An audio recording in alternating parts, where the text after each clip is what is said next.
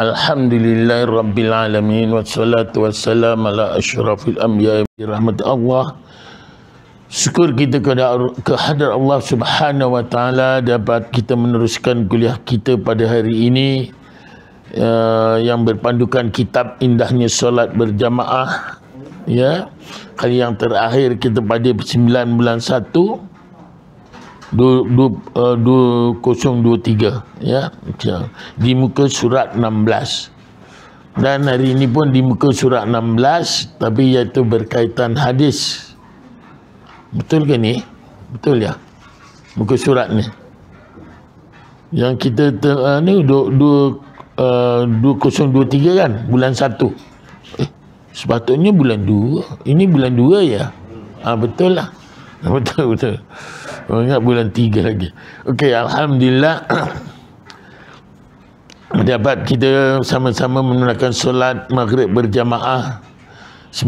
Sementara nunggu waktu Isyak, kita duduk dalam majlis-majlis ilmu.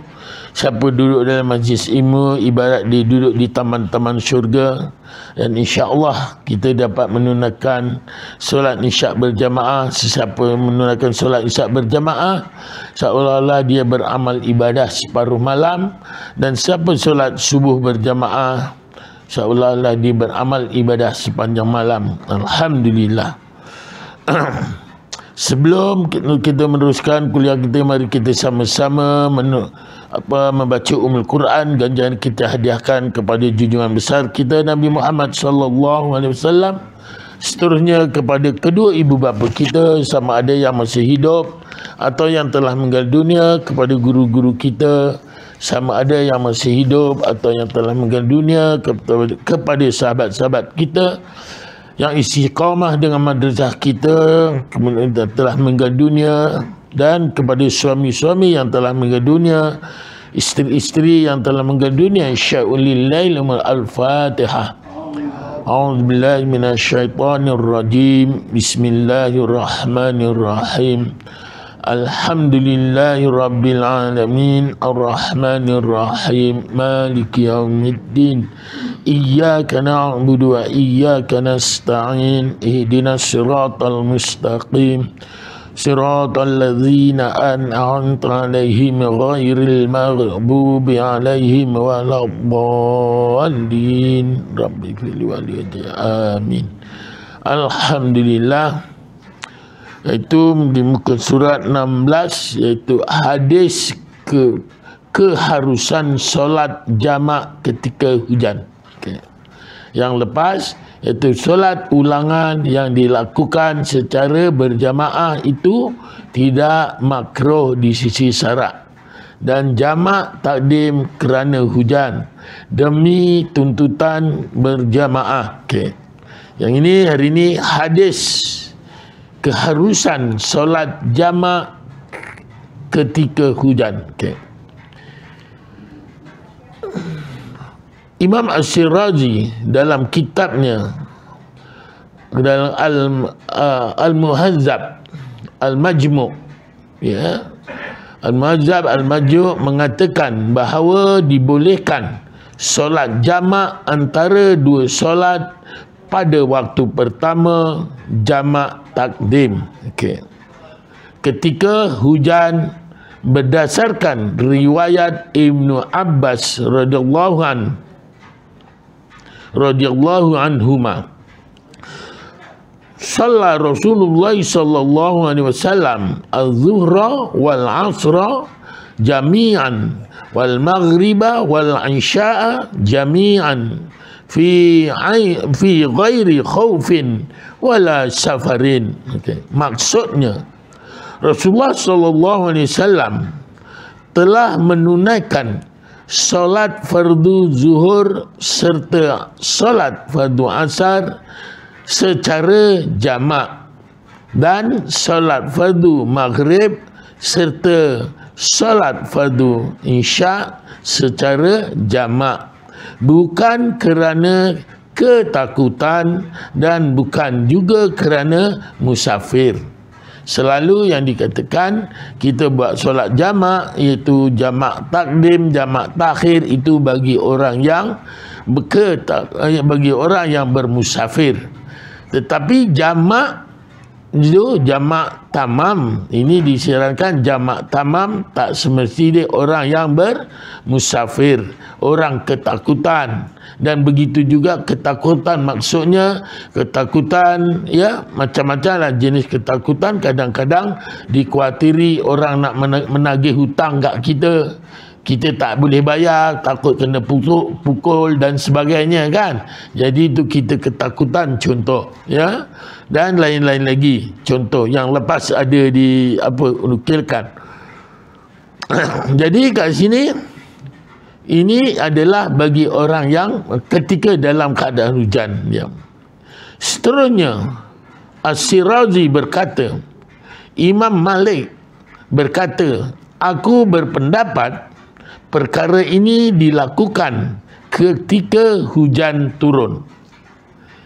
Imam An-Nawawi berkata, ketika mengulas perkara ini bahawa terdapat penambahan dalam riwayat Muslim, iaitu pertanyaan tentang sebab berlakunya sebab perlakuan baginda ya, perlakuan baginda menunaikan solat jamak tadi ketika hujan ini. Okey.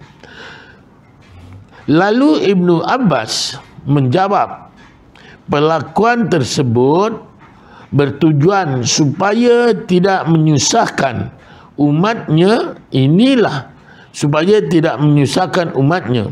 Inilah pendapat yang dipegang oleh Imam Malik dan begitu juga Imam Asy-Syafi'i.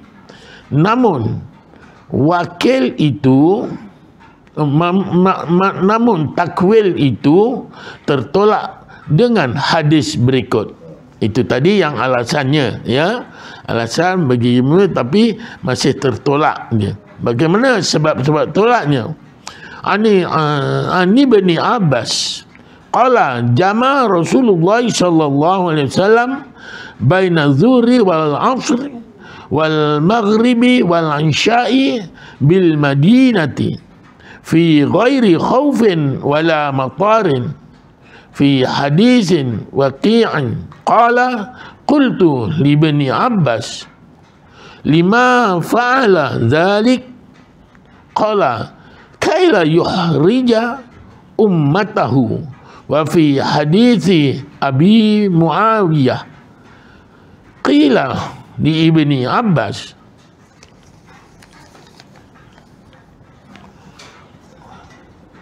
ma arada ila dhalik? Qala arada an la yuhrija ummatahu. Okey. Maksudnya daripada Ibnu Abbas radhiyallahu anhu, beliau bertanya, beliau berkata, Rasulullah sallallahu alaihi wasallam telah menghimpunkan di antara solat fardu zuhur dengan asar dan maghrib dengan isya di Madinah, bukan kerana ketakutan dan bukan juga kerana hujan. Okay. Dalam hadis riwayat Waqi, beliau berkata, aku bertanya kepada Ibnu Abbas, mengapa baginda sallallahu alaihi wasallam berbuat demikian? Beliau menjawab, supaya tidak menyusahkan umatnya. Okay.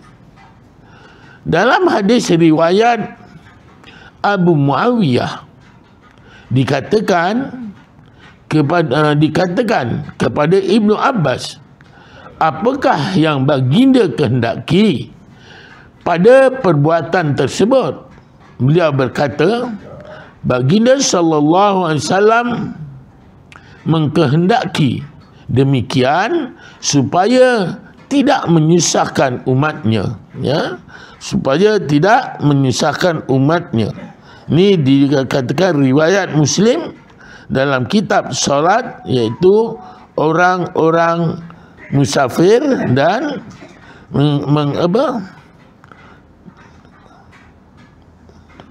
memendekkan.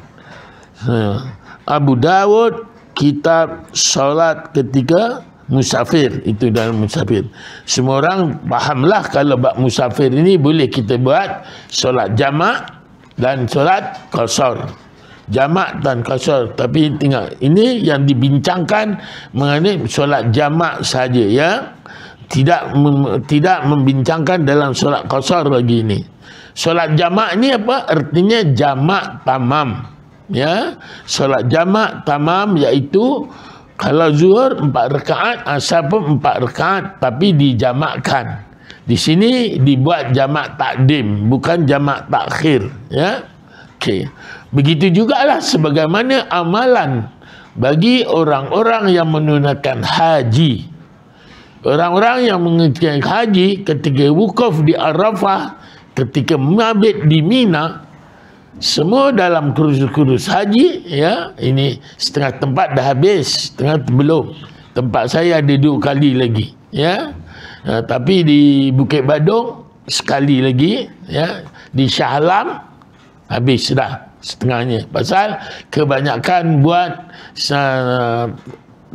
2 tahun lepas, bukan 2020 mula, 2021 tak ada kursus, 2022 tak ada kursus, 2020 ada kursus, tapi dia hanya 13 siri saja. Sebelum tu semua 18 siri, 17 siri, 18 siri, 17 siri, ya.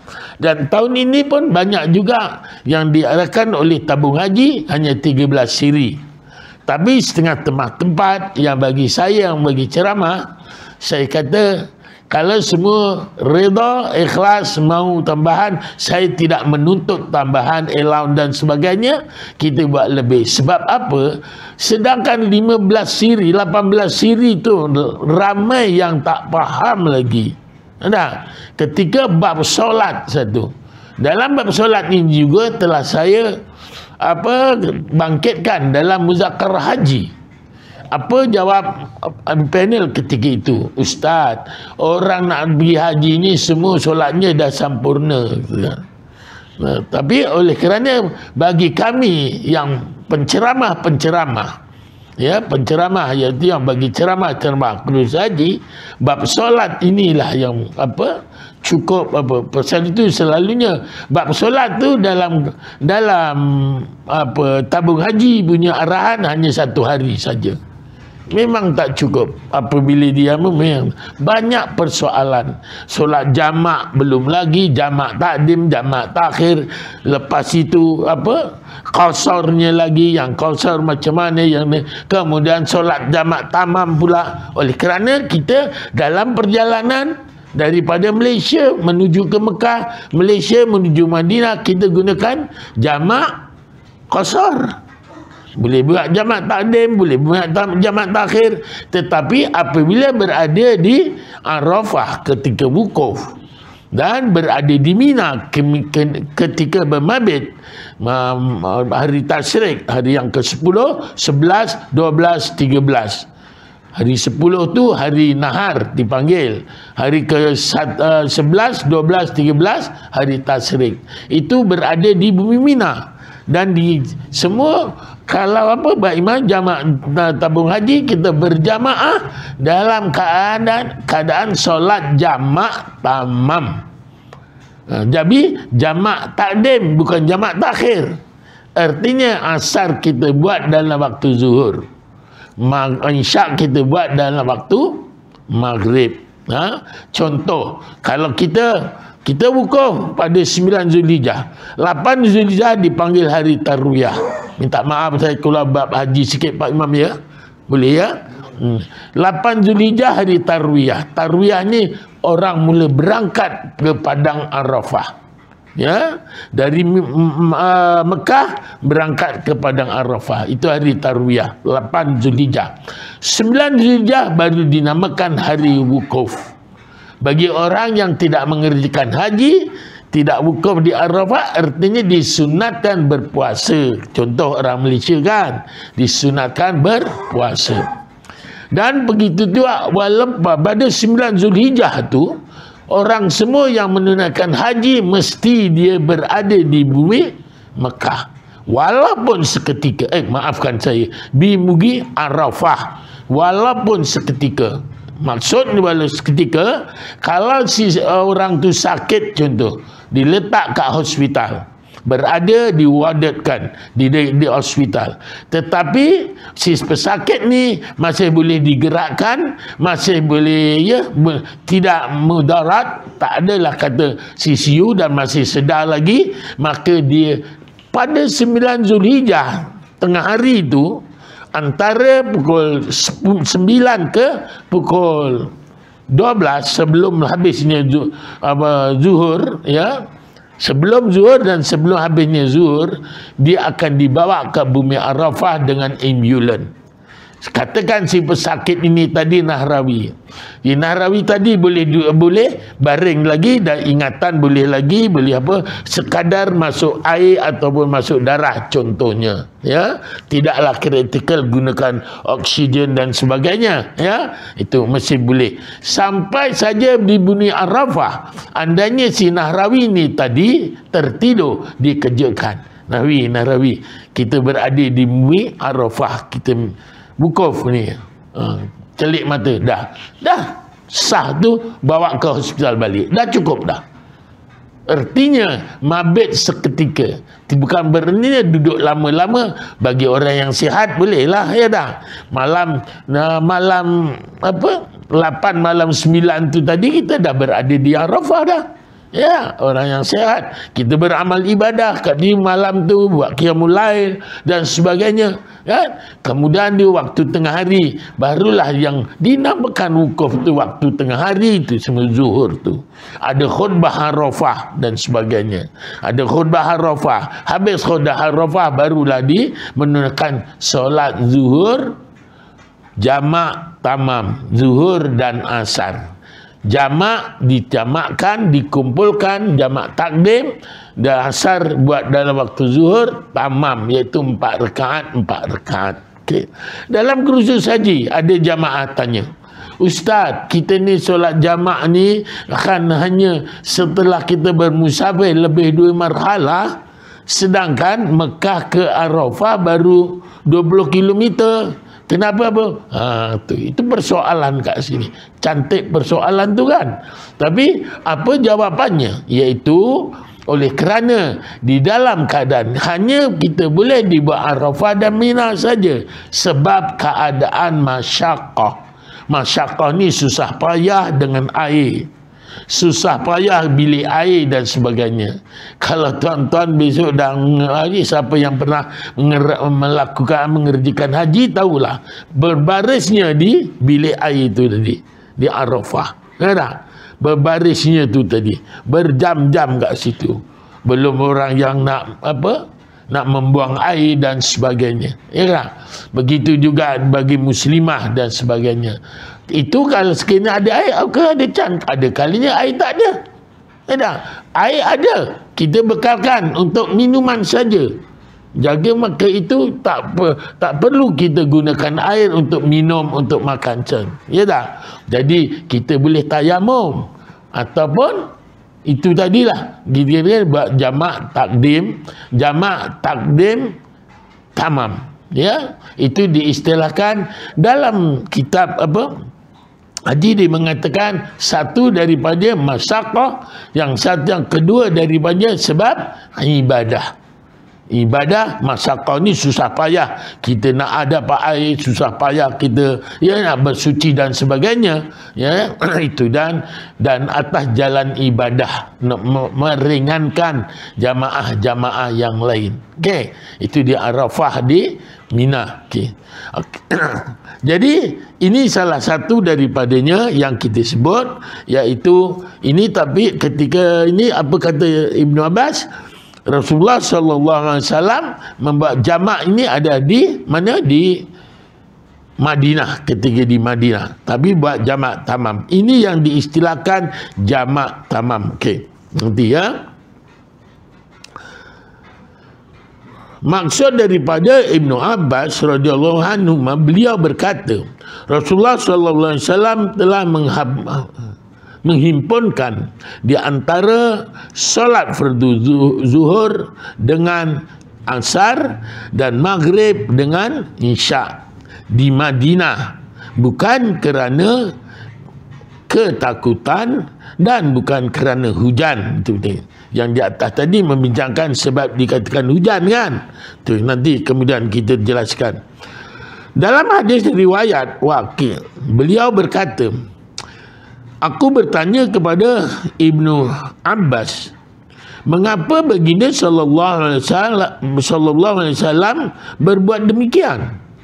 Beliau menjawab, supaya tidak menyusahkan umatnya. Tu. Dalam hadis riwayat Abu Muawiyah dikatakan kepada Ibnu Abbas, apakah yang baginda kehendaki pada perbuatan tersebut? Beliau berkata, baginda sallallahu alaihi wasallam menghendaki demikian supaya tidak menyusahkan umatnya, iaitu baginda kehendaki. Pasal tu dia membuat sesuatu itu ya demi untuk umatnya. Ya. Kalau kita betul-betul selidik sejarah Rasulullah dengan umat dia ini cukup prihatin, cukup ya. Tapi sama di manakah kasih sayangnya umat dia kepada Rasulullah? Itu yang kita nak tanya, ya. Okey. Bagi mengulas hadis tersebut, Imam An-Nawawi berkata, hadis ini adalah daripada riwayat Habib bin Abi Tabib. Beliau ialah seorang imam yang disepakati oleh para ulama hadis, boleh dipercayai tiqahnya, ya. Tiqah ni adalah orang yang boleh dipercayai, okey, dan adil, serta boleh menjadikan hadis tersebut sebagai hujah. Okey.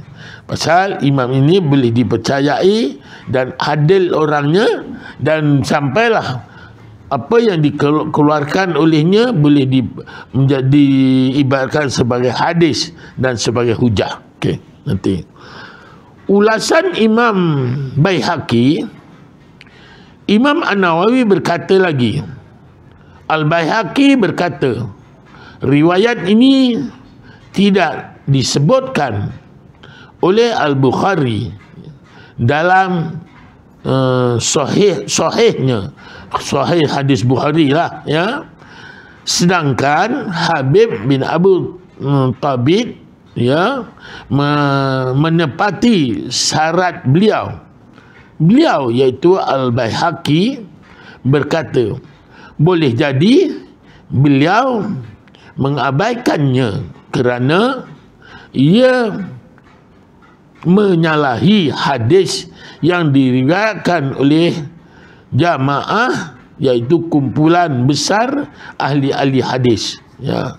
Okay. Nanti kita habiskan dulu baru kita perbahaskan. Okey. Al-Baihaqi berkata pula, sedangkan riwayat kelompok ramai yang mahfuz, iaitu lebih terpelihara, mahfuz lebih terpelihara, itu lebih utama, iaitu riwayat majoriti ahli hadis, bukan kerana ketakutan dan bukan kerana musafir. Beliau menambah, kami juga meriwayatkan daripada Ibnu Abbas dan Ibnu Umar tentang jamak ketika hujan. Itulah takwilan bagi sesiapa yang mentakwilkannya dengan hujan, ya. Pasal dalam keadaan hujan, tapi hujan ni kita sekarang bukan macam dulu. Diorang kat sana dulu-dulu masjid jauh-jauh, ya. Masjid, musolah jauh-jauh. Musolah kita ni yang panggil musolah, surau dan sebagainya, dia dipanggil musolah. Semua tempat solat dipanggil masjid, ya. Nah, tuan-tuan nak tahu Masjid 7 tahu tak? Masjid 7 kan? Dah pergi umrah kan? Masjid 7 ada turun tak? Turun kan? Diceritakan dalam bas saja bab Masjid 7. Sebenarnya bukan masjid tu, ya, itu adalah lubang kubu-kubu dalam peperangan Ahzab dulu. Ya, oleh kerana setiap satu lubang tu boleh masuk 10 ke 15 orang dan dia orang bersolat di dalamnya berjamaah. Pasal itu dikatakan masjid. Namun sekarang tinggal 5. Ya. Termasuklah Masjid Salman Al-Farsi, Masjid Sayyidina Abu Bakar ketika itu. Tinggal 5. Yang 2 sudah tertutup untuk jalan. Ya, okey. Tadi kat sana tuan-tuan Pak Imam pergi tabung haji bagi company apa pun memang tak turun di Masjid 7. Sebab kalau turun nanti, ini pernah tahun 98 saya jamaah tabung haji ketika itu. Cubalah saya suruh ajak turun nak tengok. Sedangkan saya sendiri pun nak tengok. Lekas tu orang masuk ke sana nak solat. Orang saya masuk ke sini. Lah kita cari sampai dekat zuhur. Sedangkan kita zuhur kena berada di Masjid Nabawi. Ya tak? Sampai nak zuhur tak apa. Sebab itu semua jamaah-jamaah Pak Imam tuan-tuan dengan Andalusia ke Pak Imam tuan-tuan dengan tabung haji di Masjid 7 dia tak ada turun punya. Pasal pernah berlaku sesuatu. Cuma kalau sesiapa yang pergi dengan saya, insya-Allah ya, pada 28 hari bulan ni saya akan terbang 22 ya. Saya selalu ya, bukan ketika dalam lawatan. Cuma ketika dalam santai-santai. Tak ada apa kerja, tak ada apa-apa kan. Okey, nak tengok Masjid 7, mau kita naik taksi. Satu taksi RM25.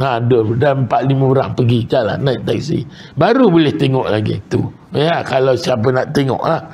Okey. Itulah dia tu. Kadang-kadang orang tak percaya yang kita cerita. Apabila kita bawa baru dia percaya. Ada lubang ya, panjang tu. Kubu-kubu itu lubang kubu-kubu dalam peperangan Uhud dulu. Okey. Imam An-Nawawi berkata lagi, Al-Baihaqi berkata riwayat ini tidak disebutkan oleh Al-Bukhari dalam sahihnya ya, dalam hadis Bukhari tak disebutkan ya. Sedangkan Habib bin Abu Thabit iaitu menepati syarat beliau iaitu Al-Baihaqi berkata boleh jadi beliau mengabaikannya kerana ia menyalahi hadis yang diriwayatkan oleh jamaah kumpulan besar ahli-ahli hadis. Okay. Al-Baihaqi berkata pula, sedangkan riwayat kelompok ramai yang mahfuz iaitu lebih terpelihara itu lebih utama, iaitu riwayat majoriti ahli hadis bukan kerana ketakutan dan bukan juga kerana musafir. Beliau menambah, kami juga meriwayatkan ya daripada Ibnu Abbas dan Ibnu Umar tentang jamak ketika hujan. Itulah takwilan bagi sesiapa yang mentakwilkannya dengan hujan tadi ya. Pasal hujan ketika itu dikhawatir basah, kuyup dan sebagainya. Oleh kerana jauh-jauh kat sana, kat sekarang zaman kita pun kita dekat-dekat payung semua ada, kereta pun ada ya tak? Pasal itu taklah cuma ini sebagai sejarah yang mengatakan. Okey. Imam Al-Baihaqi berkata lagi dalam Ma'rifah As-Sunan wa Al-Athar ya, kata-kata Ibnu Abbas, baginda sallallahu alaihi wasallam menghendaki demikian supaya tidak menyusahkan umatnya. Kemungkinan yang dimaksudkannya ialah hujan. Dalam erti kata lain, Nabi Muhammad SAW tidak membebankan umatnya untuk berjalan ke masjid dengan mengharungi becak dan sebagainya. Ialah kalau zaman dulu kan jalan becak dan sebagainya. Jadi itulah bagi Rasulullah tak nak umatnya jalan becak, ya, berlumpur dan sebagainya. Pasal itu dulu dibolehkan untuk solat jamak, ya, jamak takdim. Nanti ini diterangkan. Ulasan Imam Al-Ghazali. Okey. Syekh Abu Hamid pula menjawab dalam ulasannya terhadap riwayat yang mempunyai lafaz fi ghairi khaufin wala matar, dengan dua jawapan. Salah satu daripadanya ialah wala matar kasir. Matar kasir ni hujan lebat lah, ya, tidak hujan lebat. Okey. Bukan kerana hujan lebat, ya. Al-Qadi Abu Tayyib dalam ulasannya Syekh Abu Nasir Abu Nasr dalam kitabnya iaitu Tahdzibnya, dan para ulama yang lain pula menyatakan maksud hadis wala matar dalam riwayat Muslim itu ialah wala matar mustadam, ya, mustadam, iaitu bukan kerana hujan yang berterusan, dan berkemungkinan hujan akan berhenti ketika solat yang kedua ditunaikan. Okay. Mengulas kesemua jawapan ini, Imam An-Nawawi mengatakan kesemua takwil ini tidak jelas, tidak dipilih. Oleh itu, pendapat yang terpilih ialah jawapan Imam Al-Baihaqi. Jawapan Imam Al-Baihaqi itu yang artinya apa jawapan Al-Baihaqi? Disebabkan kerana hujan, takut becak dan sebagainya, menyusahkan para jamaah, ya, menyusahkan para jamaah, ya. Tapi itu adalah jamak tamam, bukan jamak qasar. Jamak tamam, lepas tu apa dia? Jamak tamam iaitu jamak takdim, bukan jamak takhir. Artinya kita buat dalam waktu maghrib, waktu isyak buat dalam waktu maghrib, dan waktu asar buat dalam waktu zuhur tadi. Okay. Jadi solat fardu berjamaah di masjid dan solat sunat di rumah. Okay. Ada. Ini boleh sambung ke Pak Imam? Cukup ke apa? Ataupun pertanyaan? Waktu isyak dah masuk? Ya? Sambung sikit boleh? Ya? Kalau saya sambung sikit tentang solat fardu berjamaah dan di masjid dan solat sunat di rumah, boleh ya? Okey, sikit. Berjamaah ketika menunaikan solat fardu 5 waktu bagi lelaki lebih afdal dilakukan di masjid berdasarkan hadis berikut. An Zaid bin Sabit anna Rasulullah sallallahu alaihi wasallam attakhadha hujratan qala hasibtu annahu qala min hasiri fi Ramadan fasalla fiha layaliya fasalla bi salatihi nasun min ashabihi falamma halima bihim ja'ala yaq'udu fa kharaja ilaihim faqala qad araftu alladhi ra'aitu min sani'ikum fasallu ayyuhan nas fi buyutikum fa inna afdala salati salatul mar'i fi baitihi illal maktubah. Maksudnya, ya, ini sikit ya.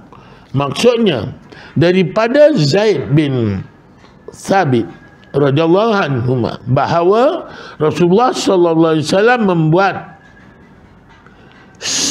sebuah bilik, beliau berkata, aku kira baginda bersabda, ya, diperbuat daripada tikar. Pada bulan Ramadan, maka baginda solat di situ, ya, solat di situ, okey, beberapa malam. Lalu beberapa orang sahabat telah solat bersama baginda. Apabila Rasulullah sallallahu alaihi wasallam mengetahui hal itu, baginda lantas duduk, tidak solat, tidak solat lagi. Lalu keluar menemui mereka dan bersabda, aku mengetahui perkara yang aku dapati kamu sekalian lakukan. Maka wahai sekalian wahai sekalian manusia, solatlah di rumah kamu semua. Sesungguhnya solat yang paling afdal ialah solat seseorang lelaki di rumahnya, melainkan solat fardu. Okay. Oleh itu, dapat kita ketahui bahawa solat fardu yang 5 hendaklah dilakukan di masjid kerana kemuliaannya, ramai jemaah dan dapat menzahirkan syiar solat berjamaah. Apabila ada pun begitu, solat sunat lebih utama ditunaikan di rumah kerana boleh mengelakkan sifat riya tu. Jadi kat sini dulu sebenarnya saya buka soalan dan insya-Allah saya buat satu ungkapan ni tadi. Ini hari 12 ya. 13.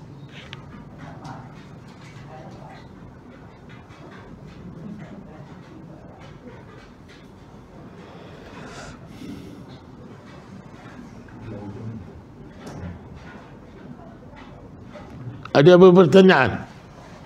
Kadang saya ingin buat untuk ulasan sebelum ada pertanyaan, ya. Ini disebutkan apa yang dikatakan solat sunat ni sebenarnya afdal kita di rumah, kecuali solat fardu. Sebab solat fardu ini adalah kelebihan solat berjamaah bagi lelaki, ya. Bagi muslimah, kalau suaminya datang ke masjid, contohnya ke surau, ke apa, solat berjamaah dapat 27, muslimah yang persendirian di rumah pun dapat 27 juga fadilat dia bagi isteri-isteri. Tetapi bagi lelaki, oleh kerana ini salah satu bagi Imam Syafi'i, solat berjamaah di musola atau di masjid, istilahnya masjid lah, ya. Ini kira masjid. Masjid tu apa? Tempat sujud. Asal usulnya sajadah telah sujud, yasjidu sedang sujud, masajid tempat sujud, ya. Itu dikatakan tempat sujud. Maka kata Imam Syafi'i, fardu kifayah, ya. Kalau sekiranya madrasah ni, surau ni kosong, semua orang berdosa. Tetapi kalau ada imam, Bilal, contoh Tok Syiah, 3 orang, maka yang lain semua tak dapat dosa dah. Sebab ini fardu kifayah. Tapi yang Imam Bilal apa ni tadi, yang tu pahala ni lebih besar. Sebab dialah yang menyelamatkan dosa-dosa yang yang tidak datang berjamaah tadi. Sebab dialah datang, maka dia yang menyelamatkan. Jangan duka cita andainya tuan-tuan hanya sedikit saja yang berjamaah sini. Jangan merungut banyak ramai tak apa datang lagi. Itu pada dia, pendirian dia. Dia rugi. Sebab apa? Orang yang berjamaah Contohnya, kalau imamnya sempurna, yang belakang tak sempurna, ini selalu saya ulangi, maka akan di cover tu. Kalau sekiranya imam tak sempurna, ini tak sempurna pada sunat dia, bukan tak sempurna pada wajib. Kalau sempurna pada wajib tidak sah, ya, ini pada sunatnya. Contoh, ya, tidak bertasbih. Tasbih itu sunat, ya.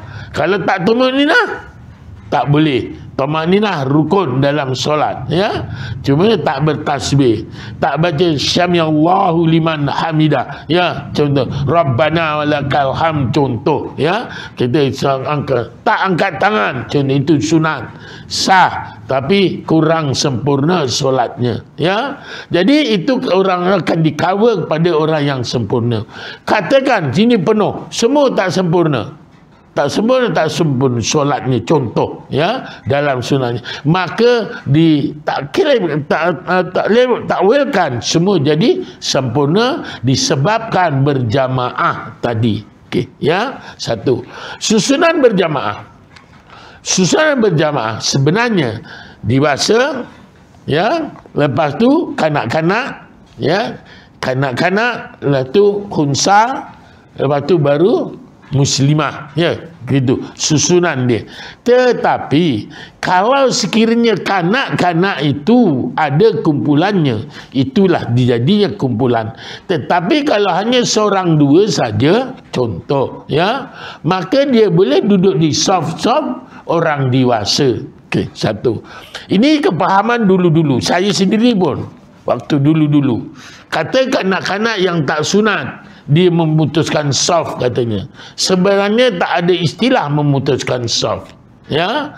Jadi kita sebagai orang tua, kalau saya bawa cucu saya kena faham, kena ajar cucu saya tadi, jangan main-main dan sebagainya. Kalau boleh kita bubuh sebelah tepi lah, contoh.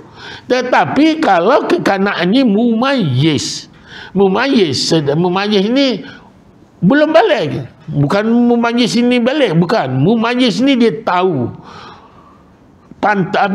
batalnya dalam solat, sunatnya dalam solat, makruhnya dalam solat, dan dia sempurna solatnya. Contoh, tahu dia bersuci, wuduknya sempurna, andainya dia belum sunat, tapi tahu dia menyucikannya, caranya dibuka gitu, dicuci bersih. Itulah pasal sunat itu sunat.